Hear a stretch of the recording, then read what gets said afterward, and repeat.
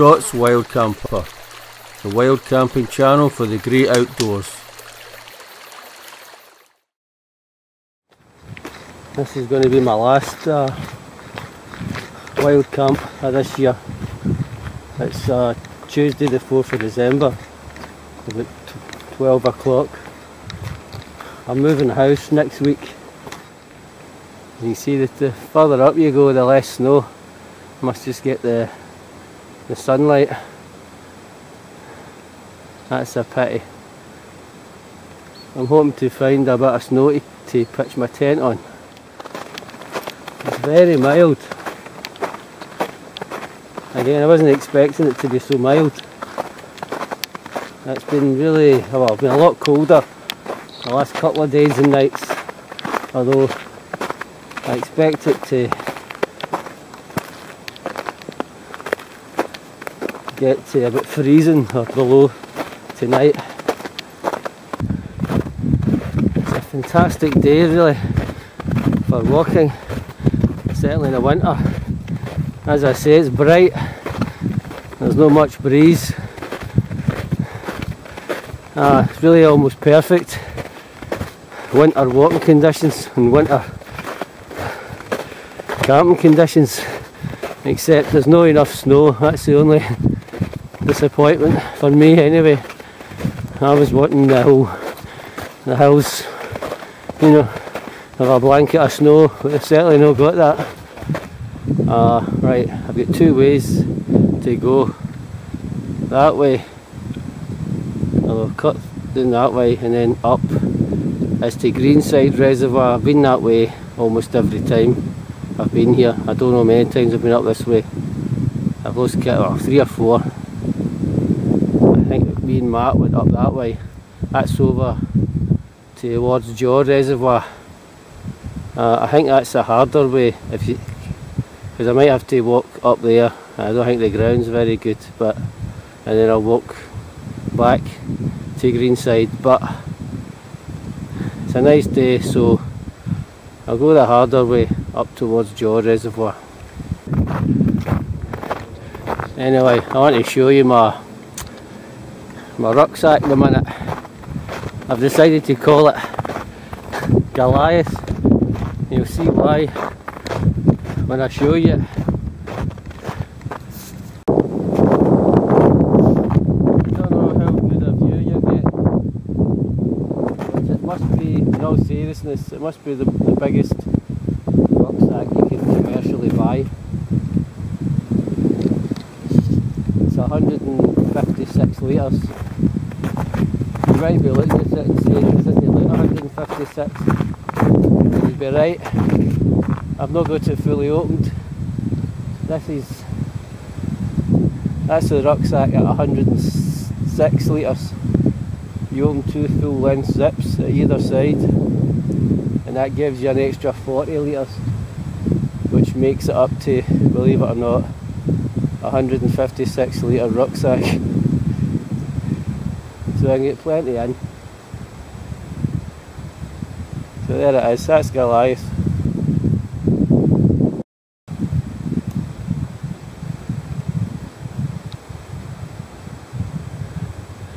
There's Glasgow in the distance.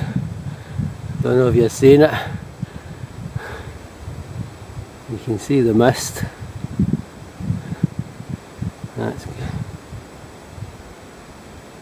That's pretty good. You see the high flats. People at the top get a good view of the fog.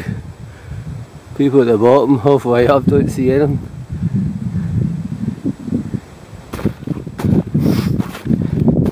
This is hard walking now. Don't have that far to go. There's the campsites past the trees there in the distance. That's another place we'll definitely go January. It's not very far away.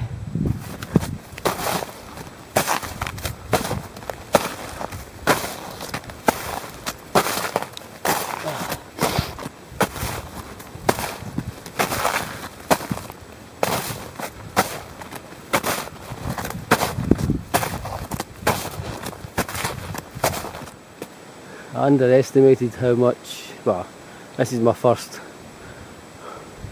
winter camp, so that's good that I'm learning. That's the way I look at it. Make mistakes the first time is okay, probably to be expected, but as long as I learn. And 2 o'clock, so it took me 2 hours to get up what probably would have took an hour a couple of months ago, or when it wasn't snowing. So it's probably, although I'm sinking right in here, I'm sinking a foot to 2 feet, so I've learned that I've got to sort of when I arrive at a place, I've got to factor in the fact that it's like maybe, well, for instance, it takes you twice as long to go the same distance through the snow. That's what I would estimate.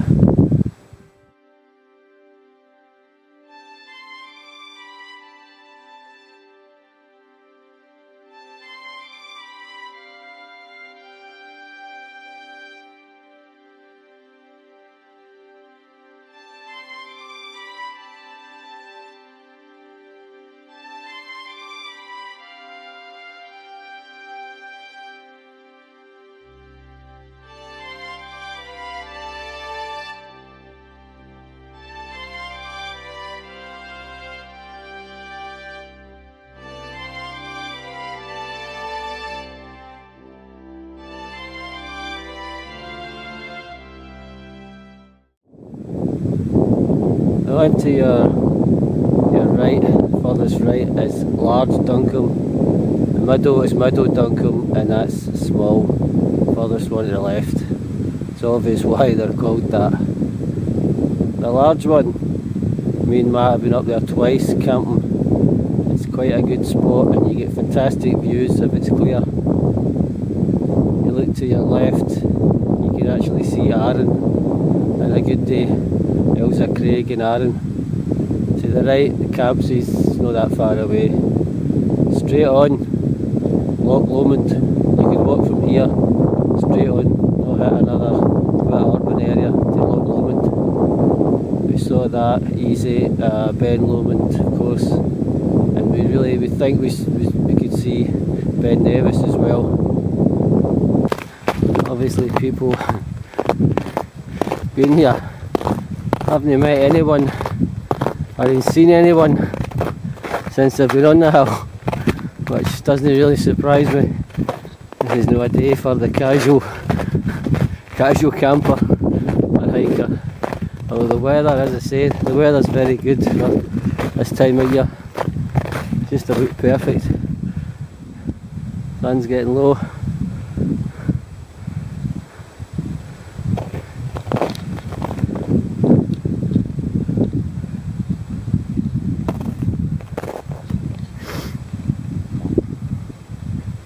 Beginning to get cloudy and misty, and the dark clouds coming. I better start looking for a pitch in the next decent spot. Have to. Time I look for somewhere to get my tent up before it starts raining, which is, it's not looked like raining all day, but it looks like it's a possibility now.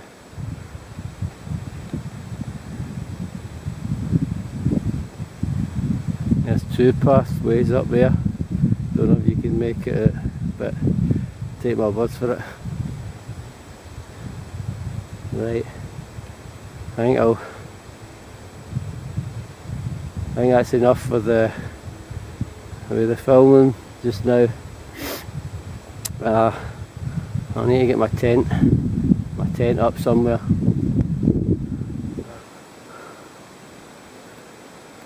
I walked down through that hill up there.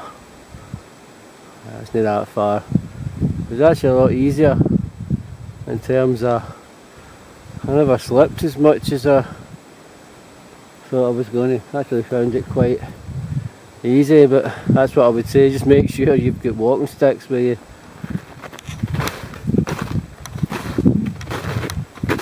Still looking for a bit.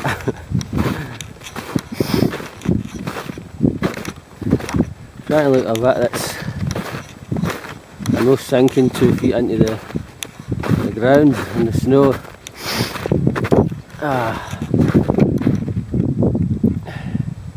I've never been this end. I'm actually heading up towards that those woods. Can't remember what they're called. But there's a lock behind them called Black Lock. I don't know how I'm going. I might end up there, but it's beginning to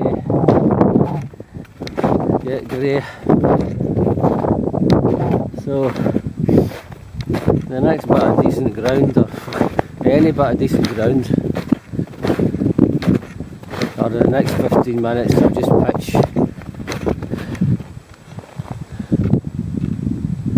anywhere beside the water. It's so much the same. If I don't find a better bit, then one bit's the same as the next. Anyway, Sally forth.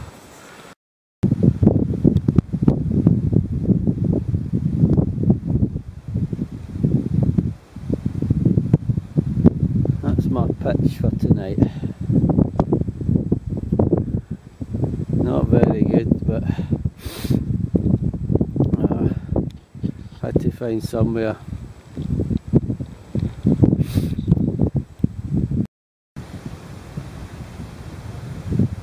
And there's my view from the tent. I'm standing beside the tent.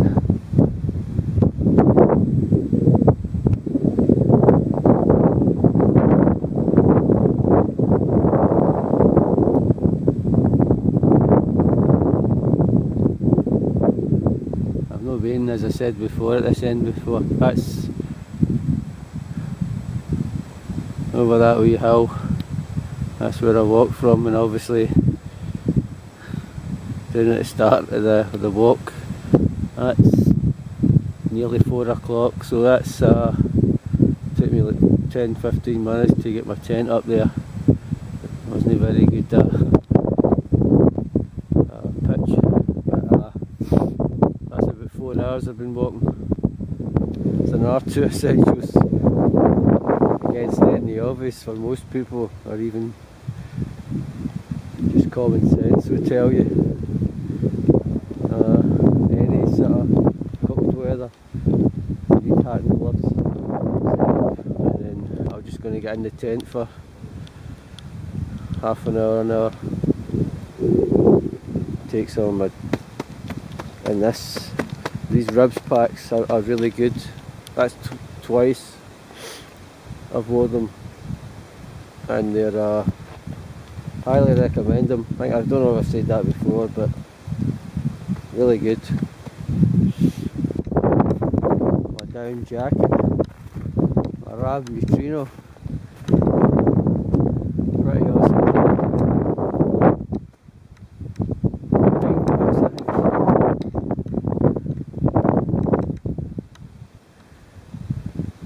There's my wee cooking, but I'll get something to eat before it ends up totally dark.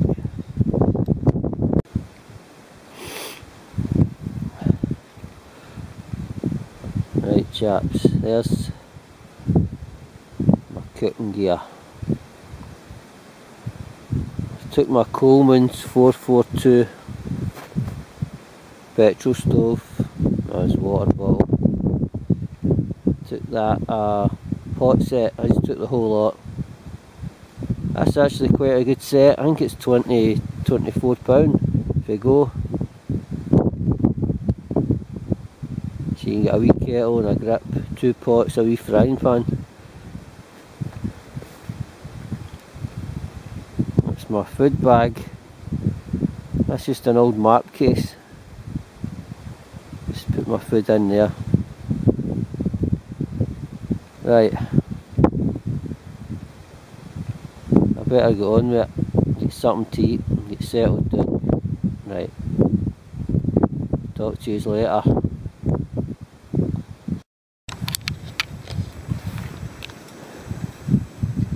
Nearly ready for something to eat. Beans and sausage and some coffee. It started snowing there. I've got my waterproofs, my waterproof jacket on. So, time's that.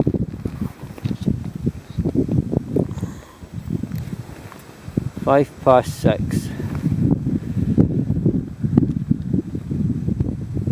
After this I'll get settled into the tent and I've got a wee radio. I might listen to the Fitbod tonight. I'll just settle down. I never really get any sleep last night. I was up to about 4 or 5 o'clock and then the alarm went at 7:30, so hopefully I'll get a sleep tonight. I wouldn't put any money on it, but anyway. Right, I'm switching afternoon until I get into the tent. 6:40. I've got a long night. I went to put the radio on. It's no gone. I don't mean the reception, I just mean it's just it's no gone. It must be just the cold. It'll be affecting the battery, I would guess. Everything, the phone's no gone either. But I've been up here enough times, I half expected that. You know, it's 50-50 is whether you're getting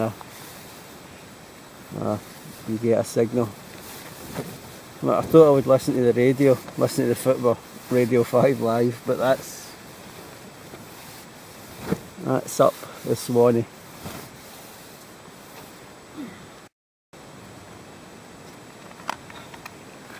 Aye, Scott's Wild Camper again. There's my wee radio. I think you'll find this amusing. I thought, well, I'll put it in beside me, you know, in my fleece zip pocket, and it'll heat up the batteries. And I thought, oh, you take the batteries out. So I can't really do this with one hand. I think, wait a minute, I can.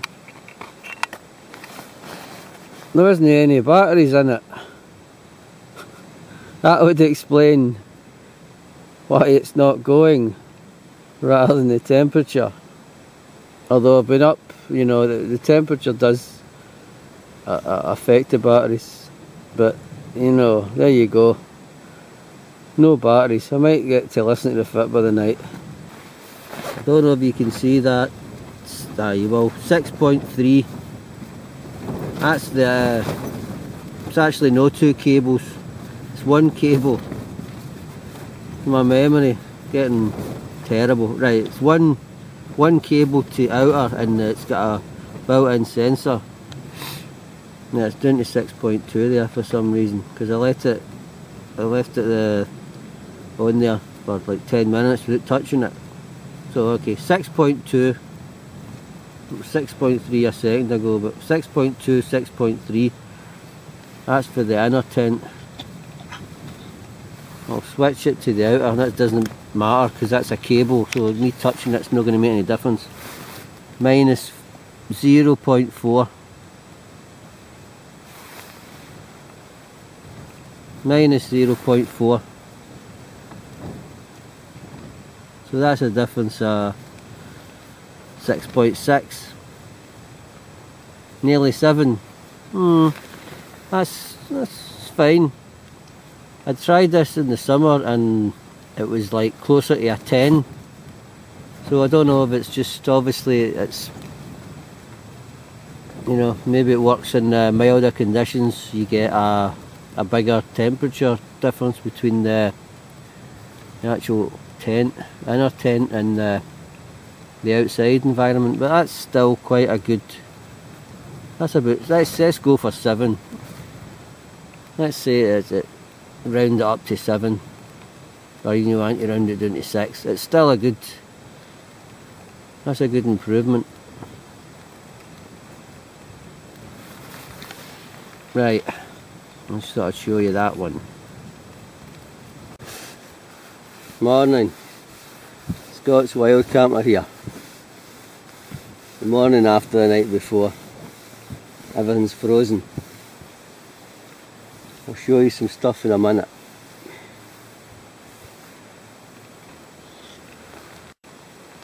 There's my socks. They're bloody. Like a bit of cardboard, that bit anyway. Right, even the shoelaces, they were stiff as anything. Anyway, I'll just pack up.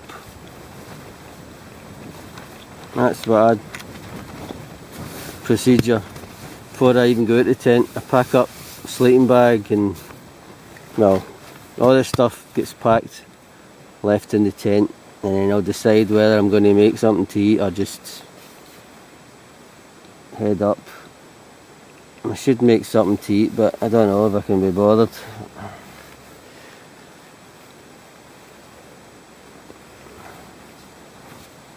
Right, I'll need to get busy. There's the Akto. A great tent, really is.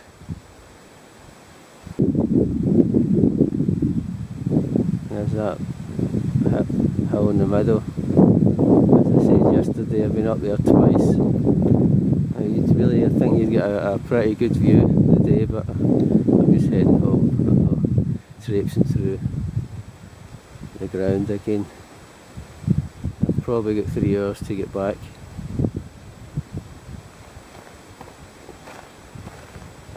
Next summer I'll go myself. Matt doesn't fancy it, but if he changes his mind, we'll go up there. I'm going to go anyway.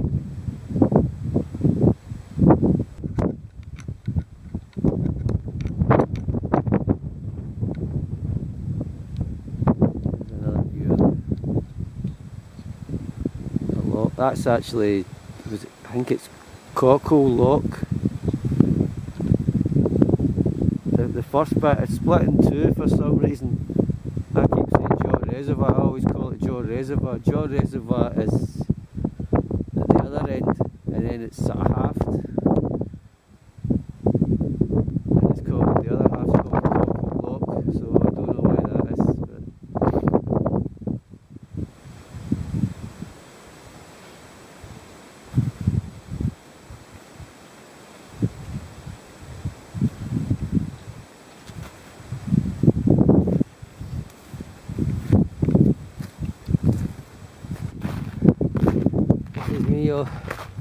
on my way back. It's hard going. I struck camp about 11:50, so that was 10. It took me an hour and 20 minutes to get everything sorted. I didn't have anything to eat. My stove, petrol stove, went a wee bit wonky, so I've had nothing to eat, but I've got a Mars bar and a juicy drink. That'll need to keep me going till I get back. If you're doing this sort of thing, I wouldn't recommend it for your first wild camp. You go out in the winter in the snow. It's hard going, but I certainly like it. It is a physical challenge, but that's part of the reason I like it. Physical challenge, and I like being outdoors, so it's me again. That's what I'm walking up. I could have went round the hill certainly flatter, but I reckon I'm just better going back the way I came. Once I got up there, there's a path and then it's pretty straight and then downhill, so I'm reckoning this bit of effort to get up here and then it's going to be a wee bit easier. Right, over now.